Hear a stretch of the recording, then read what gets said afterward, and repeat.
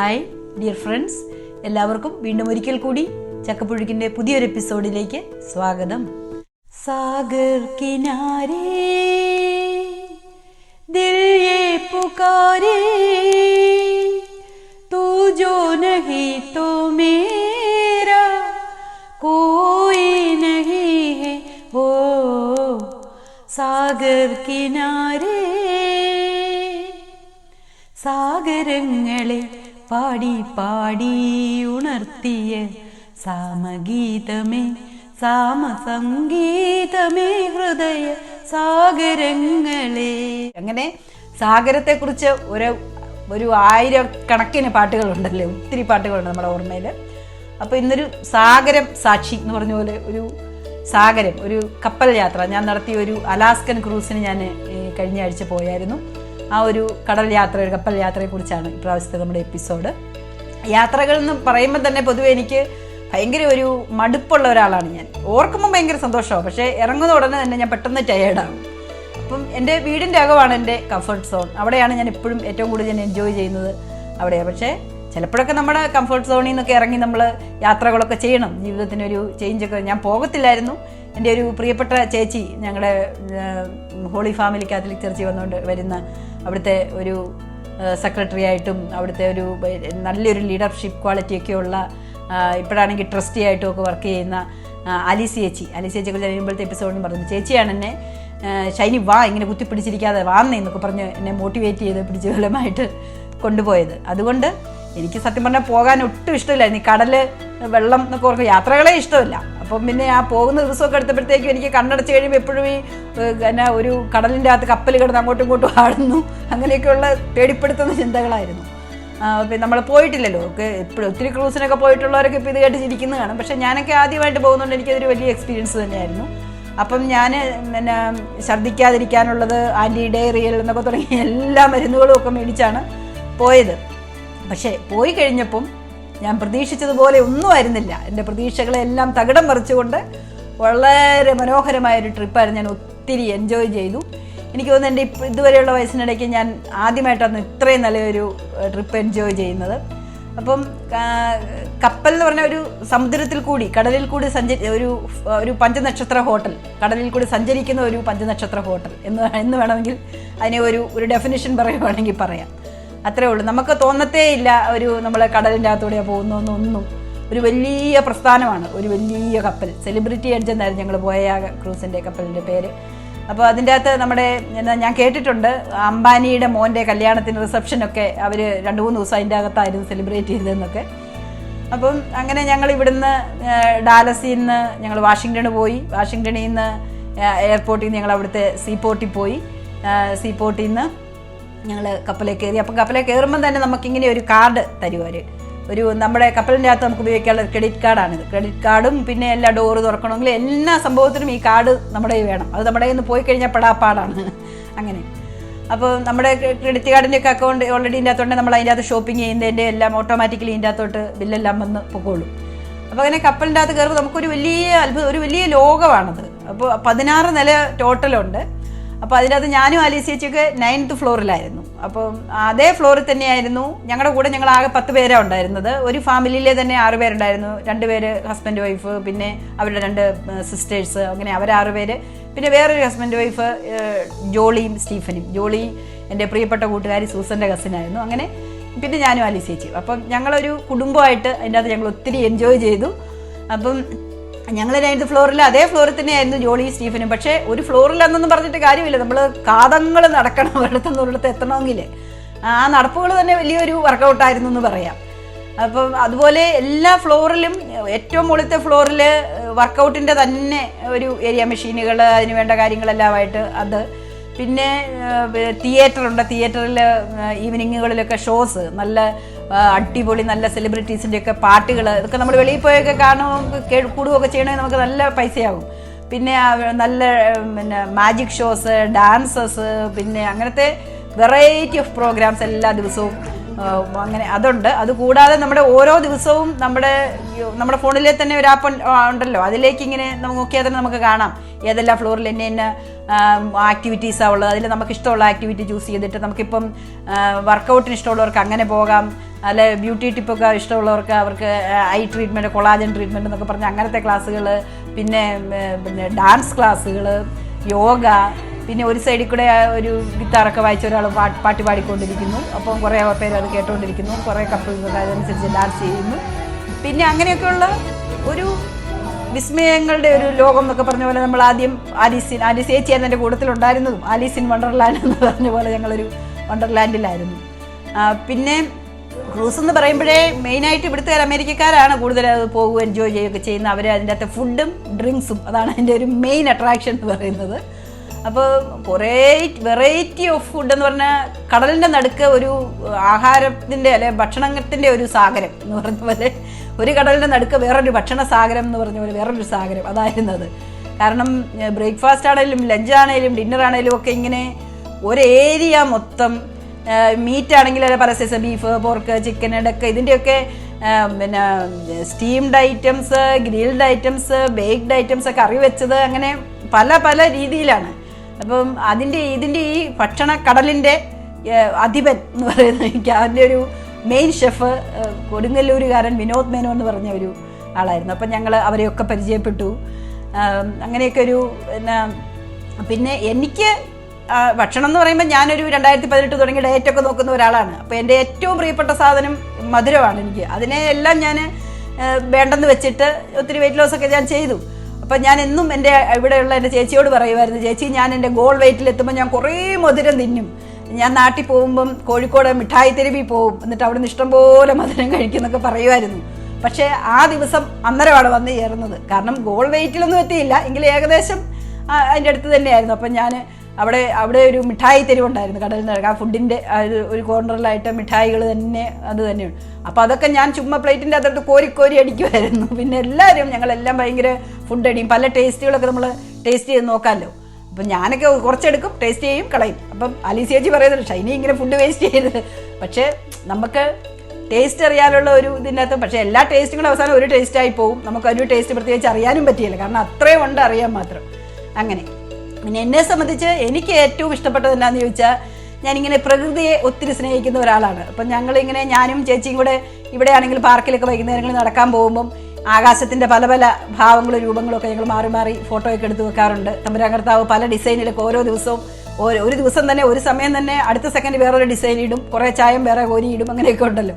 അപ്പോൾ അങ്ങനെയൊക്കെ ഉള്ള ഒരാളായതുകൊണ്ട് എനിക്ക് ഏറ്റവും ഇഷ്ടപ്പെട്ടത് ആ നടുക്കടലിൽ കൂടെ കപ്പൽ പോകുമ്പോഴും ആ കരയൊന്നും കാണത്തില്ലല്ലോ, അപ്പം ആകാശവും കടലും മാത്രമേ ഉള്ളൂ. അപ്പോൾ നമ്മൾ അതിൻ്റെ സൈഡിലൊക്കെ ഇരുന്ന് നമ്മൾ ഭക്ഷണമൊക്കെ കഴിക്കുമ്പം, അല്ല നമ്മൾ വെറുതെ ഇരുന്നാൽ പോലും ആ ഒരു കാഴ്ച, ആകാശവും കടലും കൂടെ, സാഗരവും ആകാശവും കൂടെ ഒരുമിക്കുന്ന ആ ഒരു മനോഹരമായ കാഴ്ച, അവിടെ ഇരുന്ന സൂര്യാസ്തമയമാണെങ്കിലും സൂര്യോദയമാണേലും അല്ല ചുമ്മാതെ ഇരുന്നൊന്ന് കണ്ടുകൊണ്ടിരിക്കാനാണേലും, നമ്മൾ നടുക്കടലിൽ കൂടെയൊക്കെ പോകുമ്പോൾ നമുക്ക് കുറച്ച് പേടി തോന്നും താഴോട്ട് നോക്കുമ്പോൾ. അപ്പോൾ അത് ആ കടലിന് അത്രയും ആഴമുള്ള ആ ആഴിക്ക് കറുപ്പ് നിറമാണോ അതോ നീല നിറമാണോ അതോ പച്ച നിറമാണോ നമുക്കൊന്നും അറിയാൻ പറ്റില്ല. അതുപോലത്തെ ഒരു എല്ലാം കൂടെ കലർന്ന ഒരു നിറമാണ്.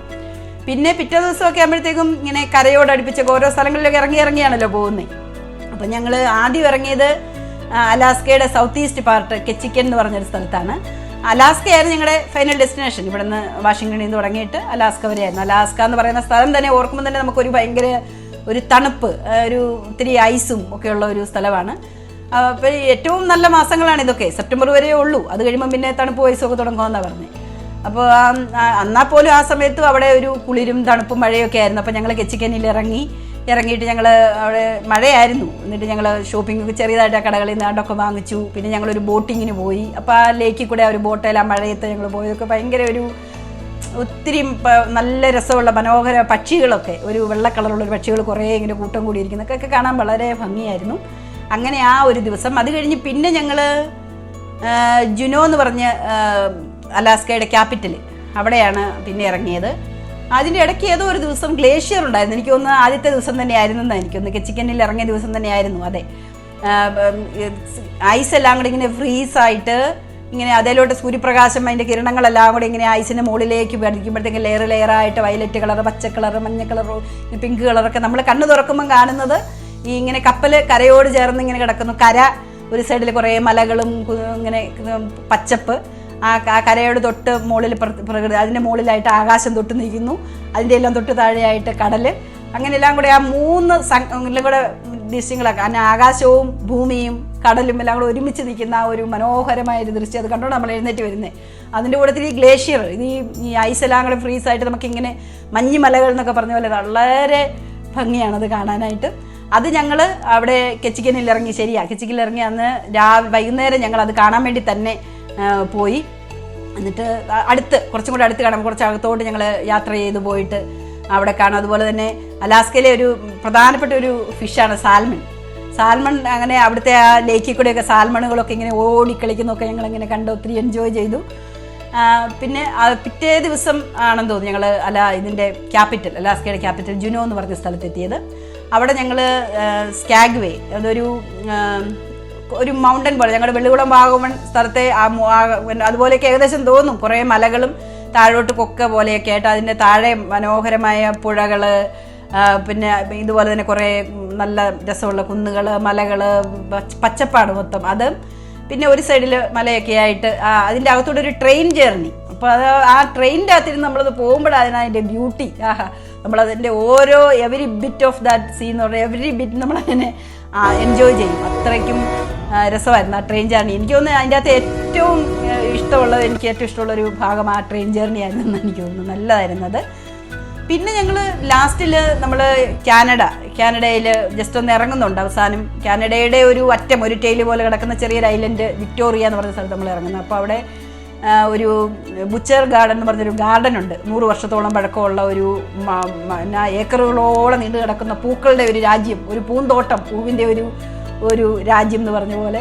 എനിക്കൊക്കെ പൂക്കളെ ഒത്തിരി ഇഷ്ടമുള്ള ആളാണ്. എൻ്റെ അമ്മയ്ക്കും പൂക്കൾ ഒത്തിരി ഇഷ്ടമായിരുന്നു. അപ്പോൾ ഞാൻ അമ്മേനെ ഡൽഹിയിലെ മുഗൾ ഗാർഡൻ ഫെബ്രുവരി 15 തുടങ്ങി 28 വരെ അത്ര തുറക്കത്തുള്ളായിരുന്നു പണ്ടൊക്കെ. ഇപ്പോൾ എനിക്കറിയത്തില്ല. ആ സമയത്തൊക്കെ ഞാൻ അമ്മയെ പോയി കാണിക്കാറൊക്കെ ഉണ്ടായിരുന്നു മുഗൾ ഗാർഡന്. അതുപോലെ കുറേ മുഗൾ ഗാർഡനുകൾ കൂടിയ ഒരു ഗാർഡൻ എന്ന് പറഞ്ഞ പോലെ ഞങ്ങളെല്ലാം ആ പൂക്കളുടെ രാജ്യത്ത് കൂടെ ഞങ്ങളിങ്ങനെ ഓടിക്കളിക്കുമായിരുന്നു. അവിടെ പോയി ഫോട്ടോ എടുക്കുന്നു. അതോ എനിക്ക് ഫോട്ടോ ഭ്രാന്തെന്ന് പറഞ്ഞാൽ ഒത്തിരി വട്ടുള്ള ആളാണ് ഞാൻ. അപ്പം എന്നെക്കാട്ടിലും കൂടിയ ഒരാളായിരുന്നു ഞങ്ങളുടെ ജോളി. അപ്പം ജോളിയും ഞാനും കൂടെ മത്സരിച്ച് ഇങ്ങനെ പിക്ചറുകൾ എടുക്കുന്ന. ജോളിയുടെ ഹസ്ബൻഡ് സ്റ്റീഫൻ ആണെങ്കിൽ ഇങ്ങനെ എല്ലാം ജോളിയുടെ ഇഷ്ടത്തിനനുസരിച്ച് എല്ലാം കുറേ പിക്ചറുകൾ എടുത്ത് കൊടുക്കും. അങ്ങനെ ഞങ്ങൾ ഒത്തിരിയും എൻജോയ് ചെയ്ത് ആ പൂന്തോട്ടത്തിൽ കൂടെയൊക്കെ ഓടി നടന്ന്. എന്താ ദുഃഖങ്ങൾക്ക് ഇന്ന് ഞാൻ അവധി കൊടുത്തു, സ്വർഗത്തിൽ ഞാനൊരു മുറിയെടുത്തെന്ന് പറഞ്ഞ പോലെ നമ്മൾ ജീവിതത്തിലെ എല്ലാ സങ്കടങ്ങളും എല്ലാം മറന്ന് എല്ലാ ടെൻഷൻസും ഒക്കെ വിട്ട് ഞങ്ങൾ വളരെ വേറൊരു ലോകത്ത്, ഒരു സ്വപ്ന ലോകത്ത് പോയിട്ട് വന്ന പോലെ ഞങ്ങൾ തിരിച്ചു വന്നു. അതിൻ്റെ ഇടയ്ക്ക് ഞങ്ങൾ ഈ 10 പേര് തമ്മിലാണെങ്കിലും ഒരു കുടുംബത്തിലെ അന്തരീക്ഷം പോലെ ഞങ്ങൾ തമ്മിൽ നല്ലൊരു അടുപ്പം ഉണ്ടായിരുന്നു.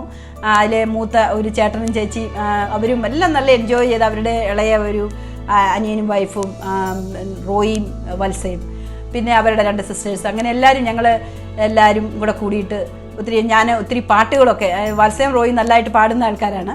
അപ്പോൾ അവർക്ക് പാട്ടൊക്കെ ഒത്തിരി ഇഷ്ടമാണ്. ഞങ്ങൾ കടലിനെ നോക്കി കുറേ പാട്ടുകളൊക്കെ പാടി മരിച്ചു എന്ന് പറഞ്ഞാൽ പാടി ഞാൻ മരിച്ചു എന്ന് പറഞ്ഞാൽ കുറേ പാട്ടുകളൊക്കെ പാടി അങ്ങനെ ഒരു സ്വപ്നം പൊലിഞ്ഞെന്ന് പറഞ്ഞാൽ ഞങ്ങളൊരു മനോഹരമായ സ്വപ്നത്തിന് ശേഷം കണ്ണു തുറന്ന് നോക്കിയപ്പോൾ നമ്മളിതാ ഓക്കലഹോമയിൽ വന്നിരിക്കുന്നു എന്ന് പറഞ്ഞത്. എനിവേ, എവിടെ പോയാലും താഴെ വന്നല്ലേ സമ്മാനമുള്ളൂ എന്നൊക്കെ പറഞ്ഞാൽ നമ്മുടെ ജീവിതത്തിലെ മറക്കാൻ പറ്റാത്ത നല്ല ഒരു അനുഭവം, നല്ലൊരു യാത്ര. ആ യാത്രയുടെ കുറച്ച് ഡെക്ക് ടൂർ എന്ന് പറഞ്ഞ് ഞാൻ അവസാനത്തെ ദിവസം 15th 16th ഫ്ലോർ തുടങ്ങി. ഫസ്റ്റ് ഫ്ലോറും സെക്കൻഡ് ഫ്ലോറും നമുക്ക് ഓപ്പൺ അല്ല, നമുക്ക് പോകാൻ പറ്റത്തില്ല. ബാക്കി ആ താഴെ വരെയുള്ള എല്ലാ ഫ്ലോറുകളും ആൾക്കാരൊന്നും ഇല്ലാതിരുന്ന സമയത്ത് 4:30 എഴുന്നേറ്റ് ഞാൻ 5 മണിക്ക് അതിൻ്റെ മൊത്തം ഇങ്ങനെ എല്ലാ ഫ്ലോറും ഏകദേശം ആളൊന്നും ഇല്ലാതെ ഇരുന്ന സമയത്ത് പിടിച്ചിട്ടുണ്ട്. അതെനിക്ക് ജോളിയാണ് അങ്ങനെ ഒരു ഐഡിയ പറഞ്ഞു, ഷൈനി അങ്ങനെ ഒന്ന് പിടിച്ചു നോക്കുന്നു. അപ്പം ഞങ്ങൾ എൻജോയ് ചെയ്ത ഈ ഒരു വളരെ രസകരമായ ഒരു യാത്ര നിങ്ങളെയും കൂടെ കുറച്ചെങ്കിലും അതിൻ്റെ അകത്തുനിന്ന് യാത്ര ചെയ്യിക്കാനാണ് ഞാൻ ശ്രമിച്ചത്. അപ്പോൾ ആർക്കെങ്കിലും ആ ഡെക്ക് ടൂർ തന്നെയായിട്ട് കാണണമെന്ന് ആഗ്രഹമുള്ളവർ കമൻറ്റിൽ കൂടി എഴുതി അറിയിക്കുക. അപ്പോൾ അത് തന്നെ ഞാനൊരു എപ്പിസോഡ് ചെയ്യുന്നതായിരിക്കും. അതുപോലെ ഞാൻ പറയാൻ വിട്ടുപോയൊരു കാര്യം, അത് പറഞ്ഞില്ലെങ്കിൽ വളരെ മോശമായി പോകുമെന്ന് എനിക്ക് തോന്നി. അത് സ്ക്രിപ്റ്റ് ഒന്നും എഴുതാതെ ചുമ്മാ പറയുമല്ലേ, അപ്പോൾ അങ്ങനെ പലതും നമ്മൾ വിട്ടുപോകും. പറയുന്നതിൽ പലപ്പോഴും പലയിടത്തും തെറ്റുകളൊക്കെ, ചിലപ്പോൾ എക്സാക്റ്റ് സ്ഥലം ഞാൻ പറഞ്ഞതൊക്കെ നിന്നിടത്തൊന്നും ആയിരിക്കുകയില്ല, ഒരു ഓർമ്മയിൽ നിന്നാണല്ലോ ഇതൊക്കെ പറയുന്നത്.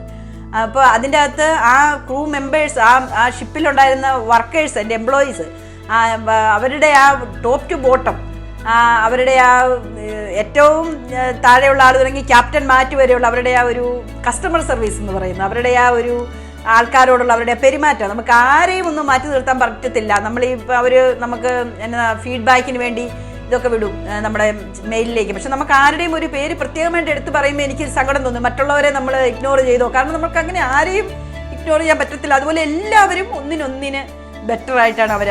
അതേസമയത്ത് നമ്മളിപ്പം 7 ദിവസം പോയി അടിച്ചു പൊളിച്ച് നമ്മൾ പോരുന്നു, അപ്പം നമുക്കതിന് വലിയ സന്തോഷം. പക്ഷേ എന്നും ഈ കപ്പലിൻ്റെ അകത്ത് തന്നെ കഴിയുന്ന, ഒരു കടലിൽ നിന്ന് ഒരു തീരത്ത് ചെല്ലുന്നു, ആ തീരത്തു നിന്ന് വേറെ തീരത്തോട്ട് പോകുന്നു, ഒരു രാജ്യത്തു നിന്ന് വേറെ രാജ്യത്തോട്ട് പോകുന്നു, മാസങ്ങളോളം പ്രിയപ്പെട്ടവരെ ഒന്നും കാണാൻ പറ്റാതെ, നമ്മുടെ പ്രിയപ്പെട്ടവർക്ക് നല്ല ഭാവി ഉണ്ടാകാനും അവരുടെ സ്വപ്നങ്ങളെല്ലാം സഫലമാക്കാനും ഒക്കെ വേണ്ടിയിട്ട് അവരെയൊക്കെ മിസ് ചെയ്ത് ജീവിക്കുന്ന അവരുടെ ആ വർക്കേഴ്സിനെ, അതൊക്കെ സങ്കടങ്ങളൊക്കെ അവരുടെ ഉള്ളിലുണ്ടെങ്കിൽ പോലും എപ്പോഴും ചിരിക്കുന്ന മുഖത്തോടു കൂടി നമ്മളെ ചിരിപ്പിക്കാൻ വേണ്ടി സന്തോഷത്തോടെ നിൽക്കുന്ന അവരെ എല്ലാവരെയും ഞാനിപ്പോൾ ഒത്തിരിയും സ്നേഹത്തോടെയും ഒത്തിരി അപ്രീഷിയേറ്റ് ചെയ്യുവാണ്. ഞങ്ങൾ എല്ലാ ഗ്രൂപ്പ് മെമ്പേഴ്സിൻ്റെയും പേരിൽ അവരോടെല്ലാം ഞാനൊരു വലിയ നന്ദി പറയുവാണ്. ഇപ്പം നമ്മൾ മലയാളത്തിൽ പറയുന്നതുകൊണ്ട് അതിൻ്റെ അകത്ത് കുറേ ആൾക്കാർക്കൊന്നും മനസ്സിലായി. ക്യാപ്റ്റൻ മാറ്റിൻ്റെയൊക്കെ വലിയ സ്പീച്ചൊക്കെ ഉണ്ടായിരുന്നു. ഞങ്ങളൊക്കെ ഇങ്ങനെ വലിയ ആരാധന, ഈ ഒരു വലിയ കപ്പലിൻ്റെ ക്യാപ്റ്റൻ എന്ന് പറയുമ്പോൾ അതൊക്കെ നല്ല രസമായിരുന്നു. ഒരു ഈവനിങ്ങിൽ അവർ മൊത്തം ആൾക്കാരെയൊക്കെ സ്റ്റേജിലോട്ട് വിളിച്ച് വരുത്തിയിട്ട് ഇൻട്രൊഡ്യൂസ് ചെയ്തൊക്കെ. അപ്പോൾ ഇൻട്രൊഡ്യൂസ് ചെയ്യുന്ന കൂടുതൽ നമ്മുടെ മലയാളി ഷെഫൊക്കെ ഒരു മലയാളികളെ റെപ്രസെൻറ്റേറ്റ് ചെയ്ത ഒരാളായ സ്റ്റേജിൽ കയറി നിൽക്കുകയൊക്കെ ചെയ്യുമ്പോൾ നമുക്കും കൂടെ വലിയൊരു അഭിമാനമാണ് അല്ലേ. അപ്പം അവരെ എല്ലാവരെയും ഈ സമയത്ത് നന്ദിയോടെ ഓർക്കുവാണ്. Thank you so much. ഞാൻ എൻ്റെ ഫ്രണ്ട്സിനും ഫാമിലിക്കും ഞാൻ അറിയുന്നവർക്കും എല്ലാം വേണ്ടി ഈ സെലിബ്രിറ്റി എഡ്ജ് റെക്കമെൻഡ് ചെയ്യുന്നതാണ്. അപ്പോൾ അടുത്ത എപ്പിസോഡിൽ വേറെ എന്തെങ്കിലുമൊക്കെ നമ്മൾ വീണ്ടും കണ്ടുമുട്ടുന്നവരെ ടേക്ക് കെയർ.